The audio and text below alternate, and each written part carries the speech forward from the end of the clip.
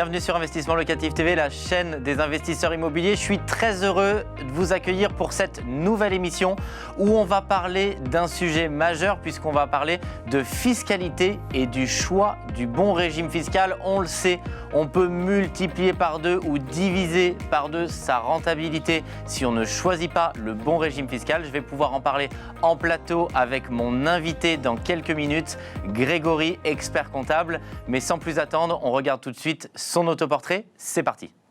Bonjour, bienvenue chez FICO. Je suis Grégory Prouveau, je suis expert comptable, je suis commissaire aux comptes et j'ai la chance d'être le président du cabinet d'expertise comptable FICO qui compte aujourd'hui 35 collaborateurs et qui est installé à Paris en Ile-de-France. À titre personnel, après avoir acheté d'abord ma résidence principale que j'ai ensuite revendue pour pouvoir bénéficier d'un apport et financer le rachat de mon entreprise, de mon cabinet d'expertise comptable FICO, voilà 7 ans. Depuis, j'utilise la capacité d'emprunt et le financement que je peux avoir grâce à mon entreprise pour faire des investissements immobiliers à titre professionnel pour héberger mes équipes comme ici. Et aujourd'hui, nous comptons près de 600 mètres carrés de bureaux répartis à Paris principalement et un peu en Ile-de-France. J'apprécie particulièrement rencontrer les entrepreneurs, les investisseurs et leur partager mes meilleurs conseils, que ce soit sur YouTube. Vous pouvez me retrouver en tapant mon nom ou en vous rencontrant régulièrement lors d'événements. Et en tout cas, j'adore vraiment partager tous mes meilleurs conseils, toute mon expérience pour stimuler aussi la volonté d'investir dans l'immobilier aujourd'hui.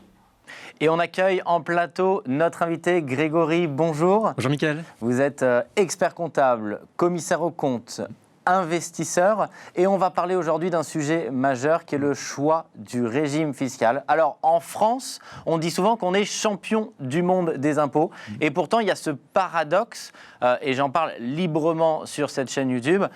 J'ai acheté beaucoup d'immobilier et je n'ai jamais payé d'impôts sur cet immobilier, parce qu'on dit souvent effectivement que plus on a de connaissances, moins on paye d'impôts. Alors, est-ce que c'est vrai ? Oui, c'est vrai. Aujourd'hui, la fiscalité en France, elle est quand même assez lourde, assez compliquée.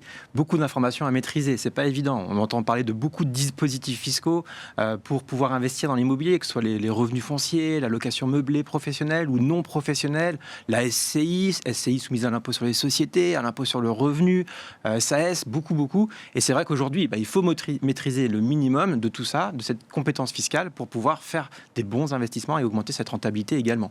Alors on parle bien sûr des impôts sur les loyers, puisqu'il y aura toujours bien évidemment la taxe foncière, les différentes charges qui vont se greffer dessus, mais on parle vraiment de cet impôt qui est lié aux revenus locatifs.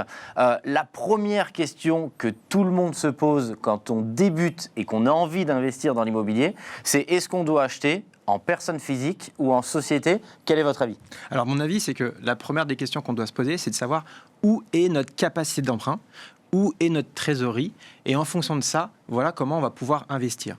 Aujourd'hui, si notre capacité d'emprunt et notre trésorerie, on la détient dans notre poche personnelle, c'est le fruit de ce qui nous reste après notre travail en tant que salarié, en tant que c'est nos investissements précédents. Eh bien, cette trésorerie, on va l'utiliser pour notamment faire, par exemple, un investissement en location meublée non professionnelle. Aujourd'hui, pour moi, c'est le dispositif fiscal qui, parfois un peu méconnu, qui est le plus favorable à l'investisseur, à celui qui veut développer des investissements immobiliers.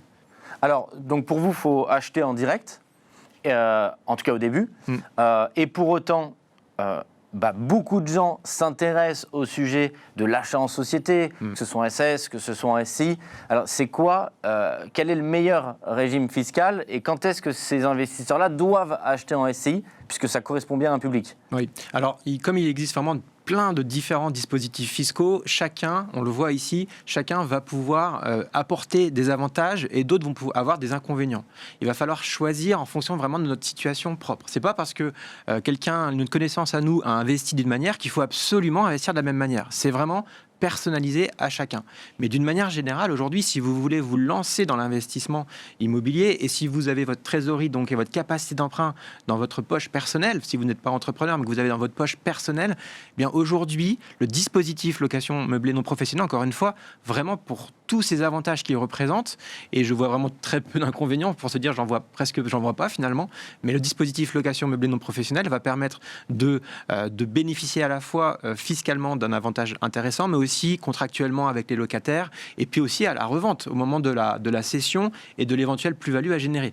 Et c'est ce qu'on va voir directement à l'écran pour pouvoir comparer les différents régimes fiscaux. Alors, est-ce que vous pouvez nous en dire un mot? Donc, on a bien compris qu'en je débute dans l'immobilier, on a plutôt tendance à investir en direct. Ça va être le plus favorable. Et on voit sur le tableau qu'a l'écran, à quel moment on doit donc passer en société, ou quand est-ce que c'est avantageux de passer sur un modèle en société? Oui, tout à fait. Donc déjà, historiquement, on a l'habitude en France, on avait l'habitude jusqu'à présent vraiment d'investir en location nue, comme on dit, qui est soumise du coup au régime de fiscalité qui est le revenu foncier. Alors ça peut présenter quelques avantages, mais pour moi, ce n'est pas la meilleure des optimisations.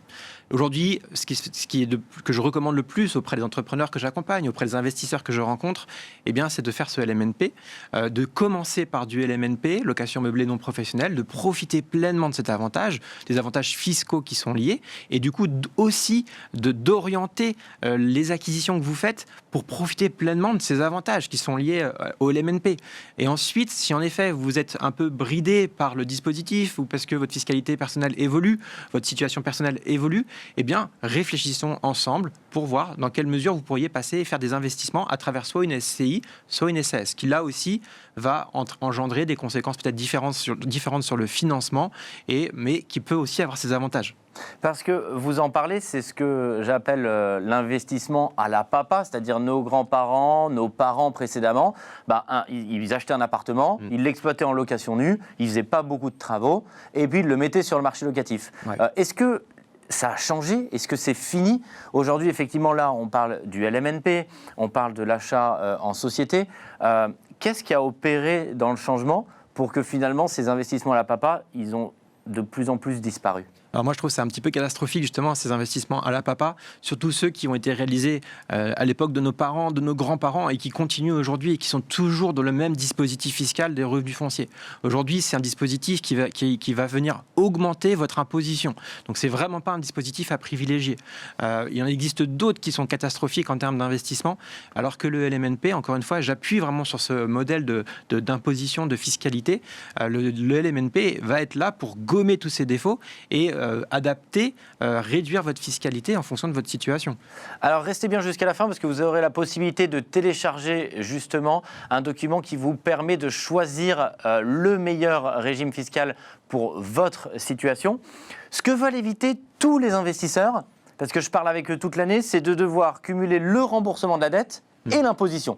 Parce que sinon, ils se retrouvent dans un phénomène qu'on appelle de cash squeeze. Ils n'ont plus d'argent suffisamment dans leur compte pour pouvoir payer cette imposition. Est-ce qu'on peut parler de l'impôt? Alors, à la fois, le fait que, bien évidemment, on va éviter l'impôt pendant la durée de vie du bien, et donc c'est ce que vous expliquez, mais quid de la sortie? Oui, alors à la sortie, là aussi, et je vais vous partager vraiment ces fiches à la fin de la vidéo pour que vous puissiez vous en rendre compte par vous-même, mais à la sortie, lorsque vous revendez le LMNP, alors est-ce qu'on peut rentrer un peu techniquement dans le calcul de la fiscalité du LMNP? Oui, vous pouvez donner les grands axes. Hein, ouais. Alors, dans les grands axes, lorsqu'on investit dans un LMNP, on peut faire passer beaucoup de charges, tous les frais d'acquisition, les frais de notaire, les frais d'enregistrement, tous les frais d'agence qu'on peut avoir lorsqu'on achète un bien immobilier.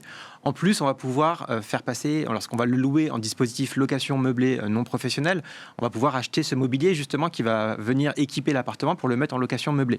Et on va en plus pouvoir rajouter une charge qui va s'appeler l'amortissement. L'amortissement, c'est-à-dire qu'on va considérer que l'appartement, il va être divisé en différentes parties, la peinture, l'électricité, la plomberie, les meubles, et chacun de ces éléments va avoir une durée de vie.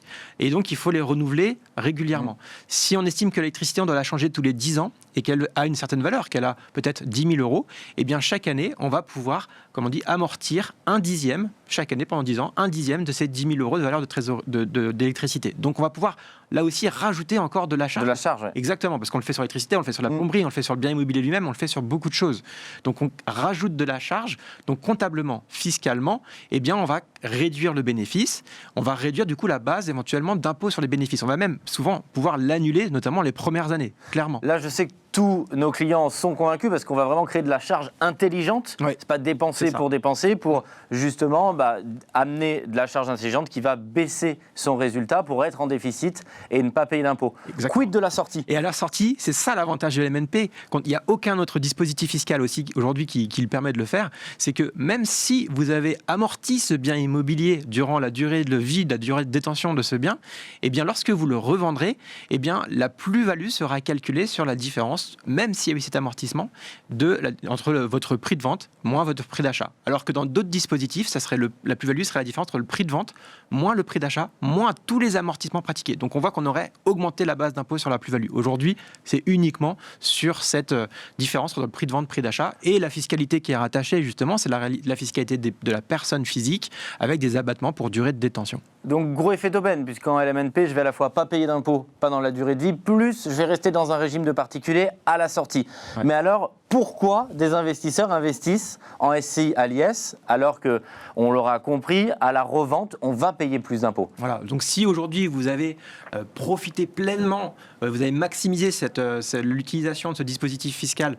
du LMNP, vous allez dépasser les seuils parce que finalement, les loyers que vous allez encaisser se rapprochent ou ressemblent à votre rémunération en tant que salarié ou vos autres rémunérations professionnelles, eh bien vous n'allez plus pouvoir investir en complément sur ce dispositif LMNP. Vous pouvez bien sûr garder ces biens en LMNP, mais si vous voulez continuer à développer votre patrimoine immobilier, vous allez devoir le faire différemment pour la suite.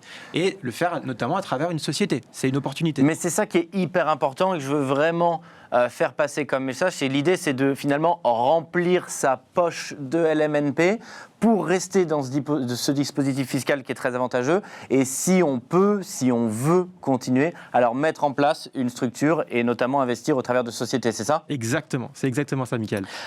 Sur votre schéma, on voyait opportunité fiscale. Alors, moi, en client lambda d'un cabinet d'expertise comptable, je vois opportunité fiscale, j'ai envie de savoir ce que c'est. Chaque dispositif, encore une fois, a ses avantages, mais certains ont aussi de gros inconvénients. Si on parle toujours du LMNP, c'est vraiment ce dispositif fiscal, cette opportunité fiscale-là, c'est de pouvoir créer de la charge sans qu'il y ait une réelle sortie de trésorerie, notamment avec l'amortissement, créer de la charge pour que comptablement et fiscalement, eh bien, on affiche soit un déficit, soit un équilibre, ce qui nous permet d'éviter de payer de l'impôt, mais ce qui ne nous empêche pas d'avoir un cash flow, c'est-à-dire d'avoir de la trésorerie qui rentre dans notre poche qui est supérieure à la trésorerie qui en sort, notamment dans le remboursement du crédit. Donc ça, c'est une opportunité fiscale. Et l'opportunité fiscale, c'est le moment de la revente, comme on vient de le préciser, c'est cette base d'impôt sur la plus-value qui est relativement réduite. Alors nous, on est des investisseurs, on veut maximiser notre cash flow. Combien ça coûte de faire une déclaration au LMNP? Combien est-ce que ça coûte de faire un bilan de SCI? Parce que je veux vraiment que ceux qui nous regardent comprennent. Est-ce que finalement, j'achète un studio, je dois le mettre en SCI si demain le coût de fonctionnement de ma SCI, c'est 3 mois de loyer? Oui. Voilà. Alors combien ça coûte et à quel dispositif ça s'adapte? Alors ça s'adapte, c'est vrai. C'est pas la peine d'aller créer une SCI, qu'elle soit à l'IR ou à l'IS, à l'impôt sur le revenu ou à l'impôt sur les sociétés, d'aller créer une SCI pour un simple studio, entre guillemets. Donc ça, vous oubliez? Ça va être parce que créer une société, eh bien, c'est moins neutre que de créer un statut d'investisseur en loueur meublé non professionnel. Créer une société, ça nécessite éventuellement de rédiger des statuts, d'avoir un expert comptable qui va tenir la comptabilité, d'avoir des associés et une organisation qui va autour. Donc c'est vrai que les coûts sont supérieurs. Grosso modo, si je dois vous donner un ordre de budget, si vous avez un bien immobilier dans une SCI, ce studio, parlons de ce studio, si vous aviez ce studio dans cette SCI, le coût, si vous étiez à l'impôt sur le revenu dans la SCI, ça serait grosso modo 1 200 € hors taxes par an. D'accord. Si vous étiez avec ce même studio dans un statut de SCI soumise à l'impôt sur les sociétés, ça coûterait grosso modo 1 500 € par an hors taxe. Et cette fois-ci, si vous faites ce même investissement pour ce même studio dans le régime LMNP, le budget que vous devez prévoir, c'est environ 500 € par an. Je pense que c'est vraiment une mine d'informations énorme pour ceux qui nous regardent et qui ont envie de démarrer dans l'immobilier parce que ça vous donne vraiment les conseils sur le régime fiscal approprié pour débuter. Alors j'aime bien toujours terminer cette émission par une question plus personnelle. Vous avez différentes casquettes, investisseur, expert comptable, commissaire aux comptes. Le pourquoi, on aime bien chez Investissement Locatif de parler de cette notion de pourquoi, c'est-à-dire la vraie raison qui fait que vous faites tout ça et que vous avez aussi, je sais, beaucoup investi dans l'immobilier. C'est quoi derrière le socle? Moi, c'est rigolo parce que l'immobilier, ça a été à la fois un déclencheur pour moi, Mais du coup, aujourd'hui, ça me permet en plus de faire de l'effet boule de neige dans mon activité.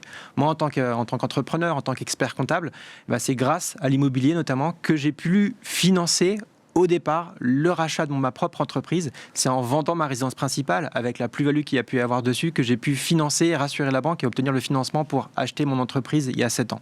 Et maintenant que j'ai mon entreprise, eh bien pour moi, l'immobilier, c'est à la fois un relais de croissance, même pour le développement de mon activité, et aussi une capitalisation, une sécurisation, une diversification de mes placements. Donc pour moi, l'immobilier, c'est vraiment à la fois cet effet boule de neige dès le lancement de mon activité, mais encore aujourd'hui, parce que j'acquiers des bureaux encore pour accueillir mes collaborateurs et ça me permet toujours d'accueillir plus de collaborateurs et de faire grandir mon activité.